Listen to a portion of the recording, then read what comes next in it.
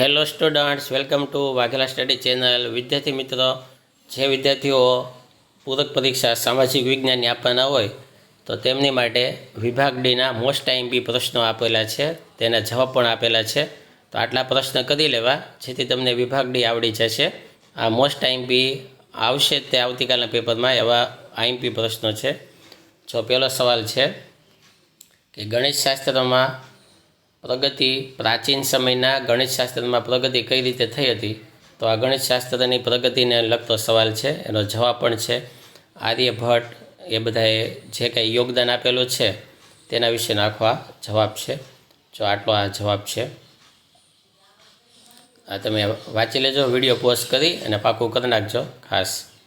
બીજો સવાલ છે કપાસના પાક વિશે સમજૂતી આપો. કપાસનો રોકડિયો પાક જે હોય છે એ ક્યાં વધારે થાય છે, કેવી જમીનમાં થાય છે, તેની માટે કેવું વાતાવરણ અનુકૂળ છે, કેટલો સમય લાગે છે કપાસના પાકને, કેટલું તાપમાન હોવું જોઈએ, આ દરેક વિગત તમારે લખવાની. અને કયા વિસ્તારમાં થાય છે, ગુજરાત, મહારાષ્ટ્રમાં વધારે થાય છે. ઉપરાંત ભરૂચ જિલ્લાનો કાનમ પ્રદેશમાં થાય છે, આ વાત લખવાની. પછી પ્રાચીન ભારતનો ધાતુ વિદ્યામાં પ્રદાન જણાવો. આ પણ એક આઈએમપી અગત્યનો સવાલ છે, ખૂબ આવે એવો સવાલ છે આ પણ. તો એની પણ તૈયારી કરવી, વાંચી લેવો, પાકો કરી નાખજો. આ આઈએમપી જેવો લાગે છે વધારે, આવતીકાલના પેપરમાં હશે જ તે. તો આ ધાતુ વિદ્યાને લગતો સવાલ. પછી આવો જ અગત્યનો બીજો સવાલ થાય છે વૈદક વિદ્યા અને શલ્ય ચિકિત્સામાં પ્રાચીન ભારતનું મહત્ત્વ જણાવો. તો આ પણ એક વૈદક સંહિતાનો સવાલ અગત્યનો છે. તો તેમાં પણ તમે આ બધું લખી શકો છો, જોઈ શકો છો. પછીનો સવાલ આવે છે ખગોળ અને જ્યોતિષશાસ્ત્રમાં ભારતનું પ્રદાન વિશે સવિસ્તાર નોંધ લખો. તો તેમાં પણ આટલો અગત્યનો જવાબ થાય છે. પછી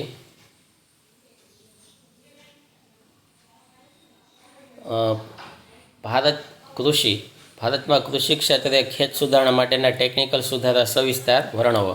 તો કૃષિમાં ટેકનિકલ સુધારાનું મહત્ત્વ, એનો આ સવાલ છે.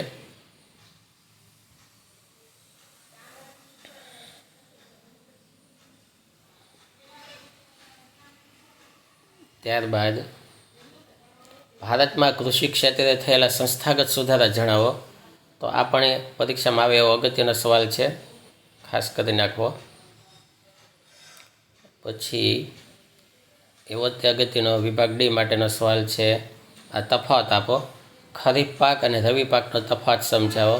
તો આ તફાવત કરી નાખવો, બહુ ઇઝી છે. આવે તો પૂરેપૂરા તમે 4 ગુણ લઈ શકો.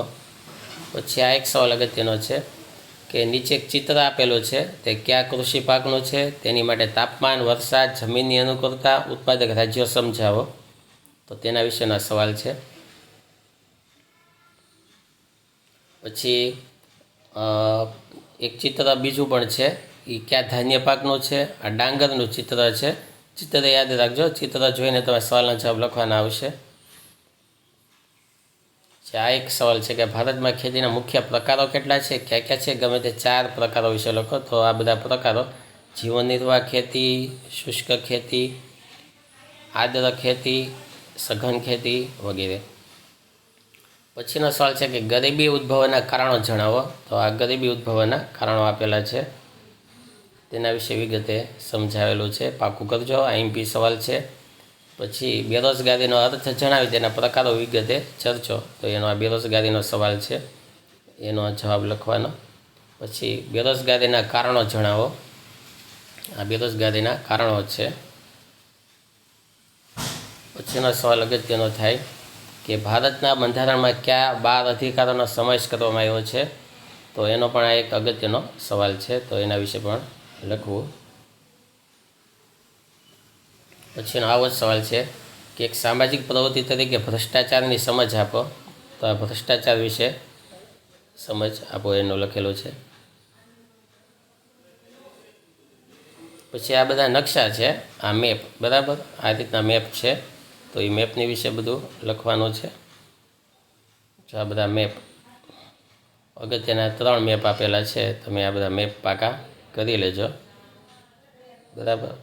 તો આ પરીક્ષા માટે ખાસ અગત્યનું છે. વિભાગ ડીના 20 માર્ક હોય. વિભાગ ડી આવડી જાય અને સેક્શન એમાં તમને ફાવટ આવી જાય તો આરામથી તમે પાસ થઈ જશો. તો વિભાગ ડી છે અગત્યનો. બરાબર, ખાસ ધ્યાન આપજો. Thank you very much.